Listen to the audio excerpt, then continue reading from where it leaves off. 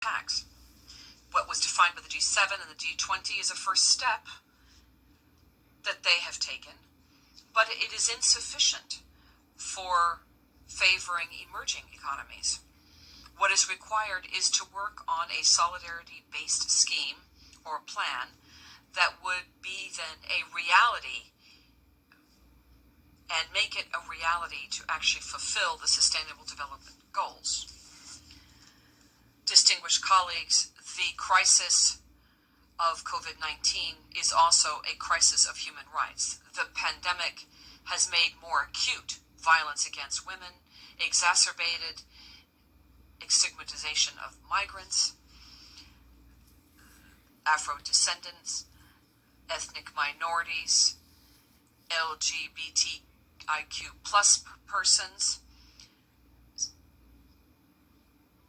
senior citizens, persons with disabilities, and it has led to a huge impact on Indigenous peoples. We have the challenge before us of building a new beginning for more fair, inclusive, and equal societies. Prevention and early warning of situations that could lead to massive violations of human rights or early warnings of crimes against humanity or genocides should be one of the major efforts of the United Nations. Argentina is firmly committed to advancing towards universalization of the International Convention for the Protection of All Persons Against Forced Disappearances, which is a crucial instrument to fight impunity. Currently, we are working, along with France, on a third campaign of universalization of the convention so that more states will ratify it, with a view to achieving 100 ratifications by the year 2025. Argentina also assumes with responsibility historical demands in terms of the women's movement and diversity. This is a commitment that's reflected nationally, and its maximum expression is the creation of the Ministry of Women, Gender, and Diversity. With the passing of the law of legalizing abortion, the Argentine state has taken on the responsibility of legislating and protecting with public policies the health and life of women and persons with other identities, gender-based identities, with the capacity to gestate. Also, we have passed a law for attention and integrated care of health care during pregnancy and early childhood, which broadens the benefits and rights and guarantees attention for health care for women at every stage of pregnancy, and for boys and girls in the first years of their lives.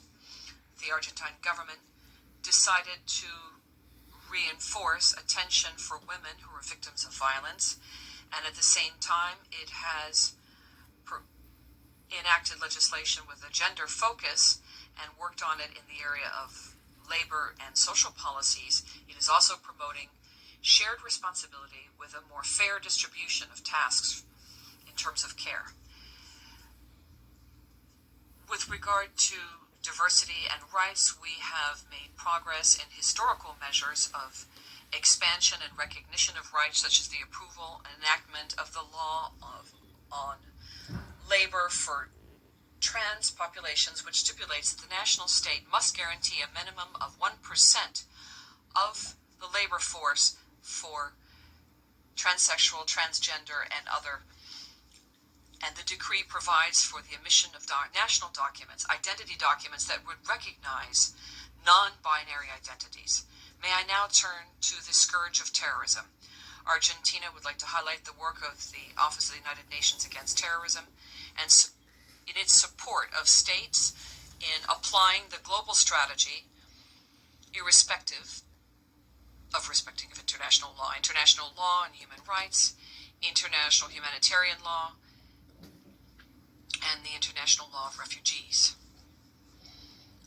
27 years after the attack on the Mutual Association of Argentine Israelis, we see a continuation of the policy that began in this area in 2003 and which continued subsequently to require the authorities of the Islamic Republic of Iran to cooperate with the legal authorities in Argentina to make progress in the investigation of the attack.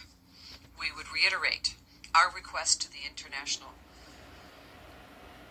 community to meet with the requirements set forth in the Red Cells, Interpol, and the possible presence of an accused on their territories, something that Argentina has never stopped claiming.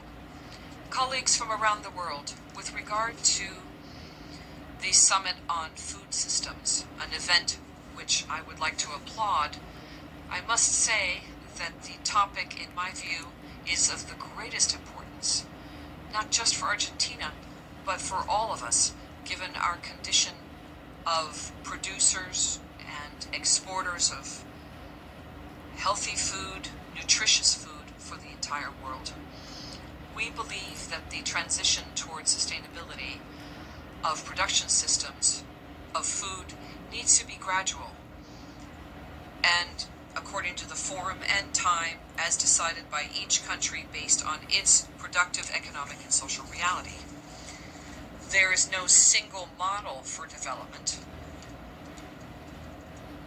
that serves all nations of the world, so it is key to have an inclusive vision of sustainability for food systems with solutions that are adapted to the realities on the ground, social needs, and with the backing of sound scientific evidence. Finally, I would now like to turn to a topic which is of the greatest importance for our nation.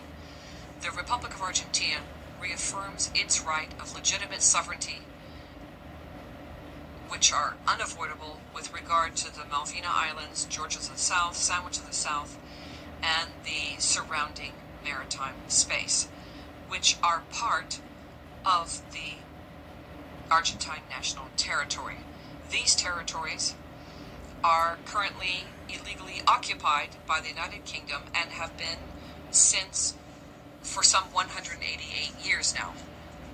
There is no reason except the intention of the United Kingdom to maintain the clearly colonial and illegitimate situation so that a bilateral dialogue on the Malvinas issue is not resumed. The request of Resolution 2065 of the year 1965 has remained in effect, and it has been renewed on multiple occasions. And more recently, it was renewed by adoption by consensus of the new resolution on the matter by the Special Decolonization Committee on the 24th of June. The United Kingdom persists with its attitude of refusing to hear the call for a renewal of negotiations with regard to the disputed territory, and has exacerbated the dispute by calls for the illegal exploitation and unilateral exploitation of renewable natural resources and non-renewable resources in the area, action which runs contrary to Resolution 31/49 of this Assembly. It also insists with the unjustified and disproportionate military presence on the islands, which does nothing more than increase the tension in a region which is characterized as being a zone of international peace and cooperation. We have requested that the Secretary General renew his efforts in his mission of good offices as commended to him by this organization. In sum, and to conclude, just as we reject any form of colonialism, we also understand that our humanity is now grappling with the challenge of dealing with exponential technological change and environmental degradation, which is terminal, with a view to comprehensive human development, social justice, and planetary justice. It is not an option. It's either we stand in solidarity or we become extinct. The triple pandemic that I mentioned at the beginning is something we can only emerge from with bold leadership, with innovative ideas and projects that will make it possible for us to to make sure that it is just a fantasy. The hands of the clock are speeding up. There's no time to be lost. It's now or never. History will judge us, not by our words, but by our actions. Thank you.